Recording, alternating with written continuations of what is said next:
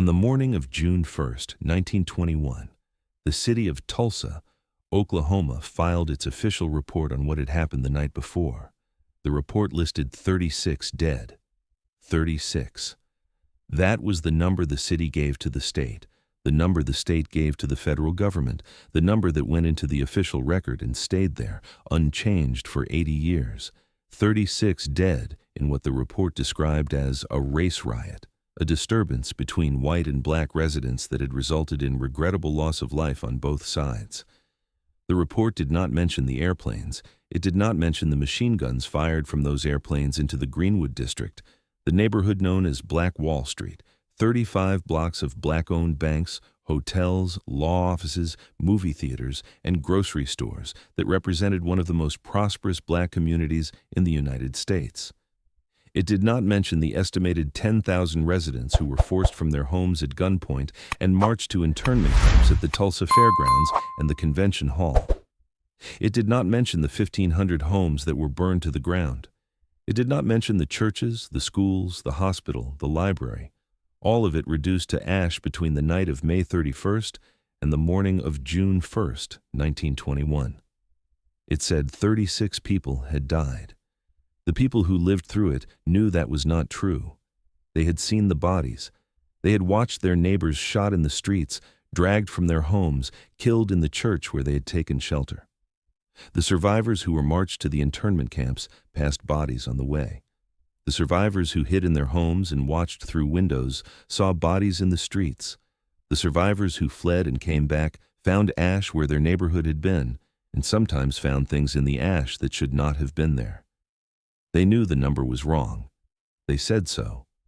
For 80 years, nobody with official authority listened. To understand what happened in Tulsa on May 31st and June 1st, 1921, you need to understand what Greenwood was. The Greenwood district had been built largely after a 1906 municipal ordinance required racial segregation in Tulsa, which meant that black residents and black businesses were confined to a specific area of the city. What could have been an instrument of poverty became, over 15 years, something else. The segregation that was meant to contain also concentrated. Every dollar spent in Greenwood stayed in Greenwood. Every black professional in Tulsa, every doctor, lawyer, dentist, teacher, accountant, had to operate within those 35 blocks. The community built institutions because it had to build them itself. By 1921, Greenwood had 2 newspapers, a library, a hospital, a dozen churches, a hotel on every major block, and a commercial district that white Tulsans called Little Africa, and black Tulsans called Black Wall Street. The name reflected something real. The Greenwood district was the economic and cultural center of black life in Oklahoma. Its residents owned property, ran businesses, sent their children to school, and built the kind of community that required decades of sustained effort to create. It was destroyed in 16 hours. The specific trigger is in the Tulsa Tribune archives for May 31st, 1921. A 19-year-old black man named Dick Rowland was accused of assaulting a white elevator operator named Sarah Page in a downtown office building. The accusation was, in retrospect, almost certainly false. Page herself declined to press charges, and the circumstances were consistent with an accidental encounter in a small elevator. But the Tribune ran a story headlined, "Nabbed Negro for Attacking Girl in Elevator." By evening, a crowd of white men had gathered outside the courthouse where Rowland was being held. Armed black men arrived to protect Rowland. A shot was fired. Whose and how has never been definitively established. Within hours, white Tulsans were attacking Greenwood. The Tulsa Police Department deputized white civilians to assist. The records of those deputizations are in the Tulsa County Archives. The Oklahoma National Guard was called in. Its records are in the Oklahoma State Archives. Airplanes flew over Greenwood. The nature of their involvement, whether they fired on residents or merely conducted reconnaissance, was disputed for decades and is documented in the 2001 Oklahoma Commission report. By morning, Greenwood was gone. The city's response was immediate and systematic. Officials arrested more than 6,000 black residents, not the attackers, the victims. The internment records are in the Tulsa County Courthouse. The city's insurers denied all claims from black residents on the grounds that the destruction had been caused by a riot, which the policies excluded. The legal records of those denials are in the Oklahoma State Courts Archive. The city then passed an ordinance requiring fireproof construction in Greenwood, a requirement specifically designed to prevent residents from rebuilding quickly and cheaply, before the ordinance was challenged and overturned. The official death toll stayed at 36. The survivors told a different story. In the decades after the massacre, oral histories collected by researchers and journalists documented accounts of bodies being loaded onto trucks, of bodies being thrown into the Arkansas River, of mass graves dug in the night. These accounts were not random or fringe. They were specific about locations, specific about who was seen doing what, specific about the numbers involved. But they were oral testimony, and oral testimony from black survivors of a massacre that the official record described as a riot did not, for 80 years, move anyone in authority to look for the graves. The first formal acknowledgement came in 1997, when the Oklahoma State Legislature created the 1921 Tulsa Race Riot Commission, later renamed the Tulsa Race Massacre Commission. The commission's final report, published in 2001, is one of the most significant documents in the history of American racial violence. It concluded that the official death toll of 36 was almost certainly wrong.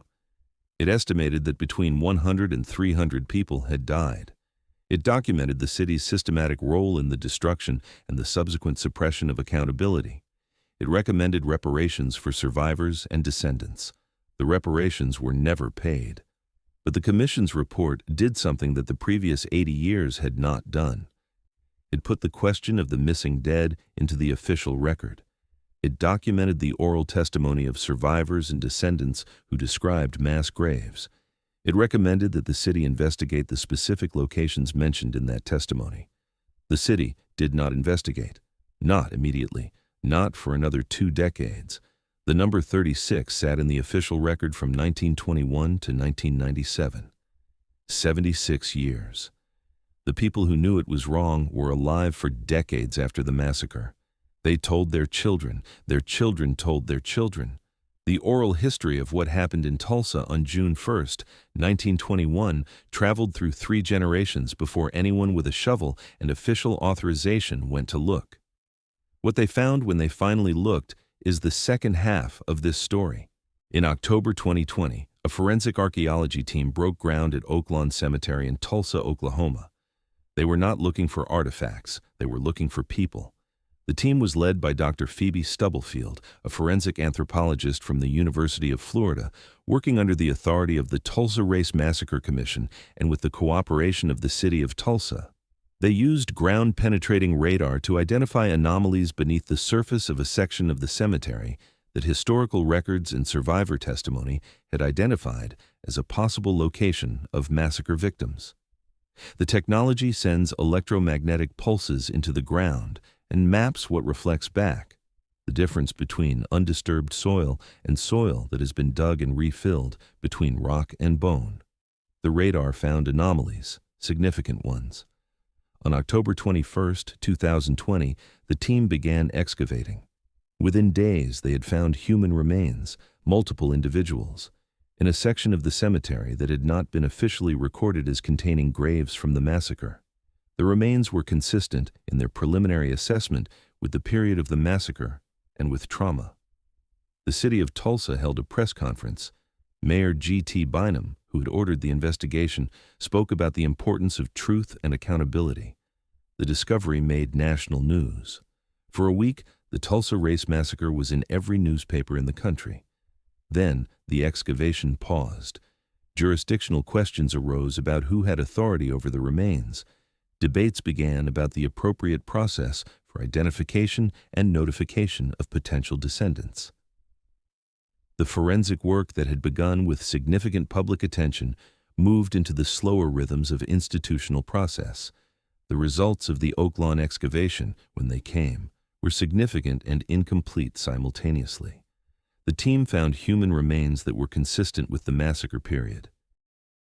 But the forensic identification process, Matching remains to specific individuals, connecting them to specific families, required DNA analysis, historical records, and the cooperation of potential descendants who would need to provide reference samples. That process takes years, not weeks. By 2021, the centennial of the massacre, the excavation had produced confirmed human remains, ongoing forensic analysis, and no definitive identification of a single victim. The city of Tulsa held centennial commemorations. President Biden visited. Survivors, some of the last living witnesses, now over 100 years old, were honored. The national attention was enormous. The bodies had not been identified.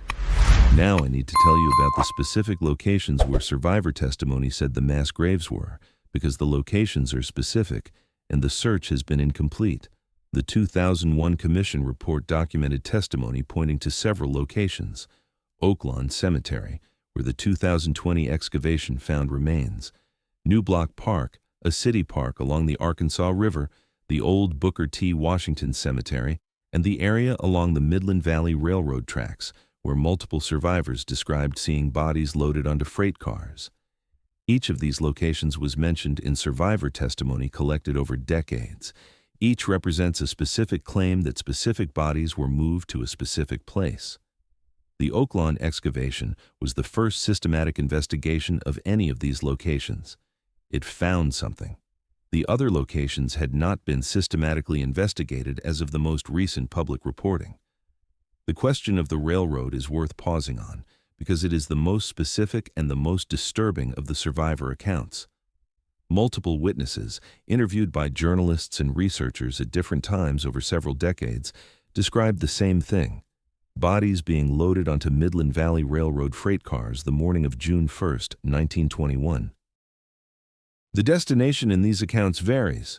Some say the bodies were taken to a mass grave outside the city, some say they were taken to the river, some say they were taken to a cemetery that no longer exists. The railroad records from that period are incomplete. The Midland Valley Railroad was eventually absorbed into larger systems. Whether the specific freight manifests from June 1, 1921 survive anywhere is a question that, as of the most recent public reporting, has not been definitively answered. This matters because the official death toll of 36 was the number the city reported, the number that went into the record. But if bodies were removed from Tulsa, if they were transported by rail or truck or boat to locations outside the city, then the discrepancy between 36 and the actual death count would have been, from the beginning, partly a discrepancy about geography. The bodies were not in Tulsa. They were somewhere else, and somewhere else, for a century, is a very large place. The 2021 centennial brought renewed attention and renewed commitments. The city of Tulsa committed to continuing the forensic investigation. The state of Oklahoma allocated funding. Organizations representing massacre descendants engaged with the process and pushed for accountability. The forensic team continued its work. In 2023, the Tulsa Race Massacre Graves Investigation published updated findings. The team had completed additional ground-penetrating radar surveys of the identified locations. They had found additional anomalies at New Block Park consistent with possible burials. They had identified the remains from the Oaklawn excavation as being consistent with violent trauma from the massacre period. The work of formal identification continued. As of the most recent public reporting, no remains recovered from the massacre investigation have been definitively identified and matched to specific individuals. The number 36 is no longer the official estimate. The city of Tulsa and the state of Oklahoma now acknowledge that the actual death toll was significantly higher. The range given by researchers and the commission is between 100 and 300. The true number may never be known because the documentation that would establish it, the complete death records, the complete burial records, the complete records of what was removed from Greenwood on June 1, 1921, was either never created or did not survive. Here is what I keep returning to. The survivors who described the mass graves were not confused or exaggerating. We know this because the ground confirmed them. Oaklawn Cemetery had what they said it had. The testimony that was dismissed for 80 years was correct. The oral history that passed through 3 generations without official validation was accurate, which means the other testimony about New Block Park, about the railroad cars, about the river, deserves the same seriousness. The question is not whether the survivors were telling the truth. The ground already answered that. The question is whether the investigation will follow the testimony to all the places it points. The Oaklawn Cemetery is in Tulsa at the corner of 11th Street and Peoria Avenue. The section being investigated is in the public record. The commission reports are on the City of Tulsa's website. The 2001 commission report is available through the Oklahoma Historical Society. The forensic team's published findings are in the academic record. The survivor testimony that started this search is in the oral history collections at the University of Tulsa and the Greenwood Cultural Center. The investigation is ongoing. The remains have not been identified. The railroad manifest from June 1, 1921, has not been found. Or if it has been found, the finding has not been made public. Somewhere between the official count of 36 and the actual count, whatever it was, are people whose families spent a century not knowing what happened to them. The ground has started giving answers. The archives have started yielding documents. The forensic process is slow, and the political will to complete it is real but untested at the scale the testimony requires. The documents were always there. The bodies were always there. What was missing was someone with a shovel and the authority to use it. That search is not finished. The last living survivors of the Tulsa Race Massacre testified before Congress in 2021. There were 3 of them. The youngest was 100 years old. They had been children in Greenwood on the night of May 31, 1921. They had spent a century watching the official record say 36 when they knew it was not 36. They did not live to see the investigation completed. The oldest, Leslie Benningfield Randall, died in 2023 at 109 years old. The forensic investigation continues. The City of Tulsa's Tulsa Race Massacre. Graves' investigation publishes updates as the work proceeds. The Greenwood Cultural Center at 322 North Greenwood Avenue in Tulsa maintains the oral history archive, the testimony that was right about Oaklawn and is waiting to be tested against the other locations. The ground confirmed the survivors. The question that remains is how far the investigation will follow the testimony they left behind. Subscribe, because next week we open another file.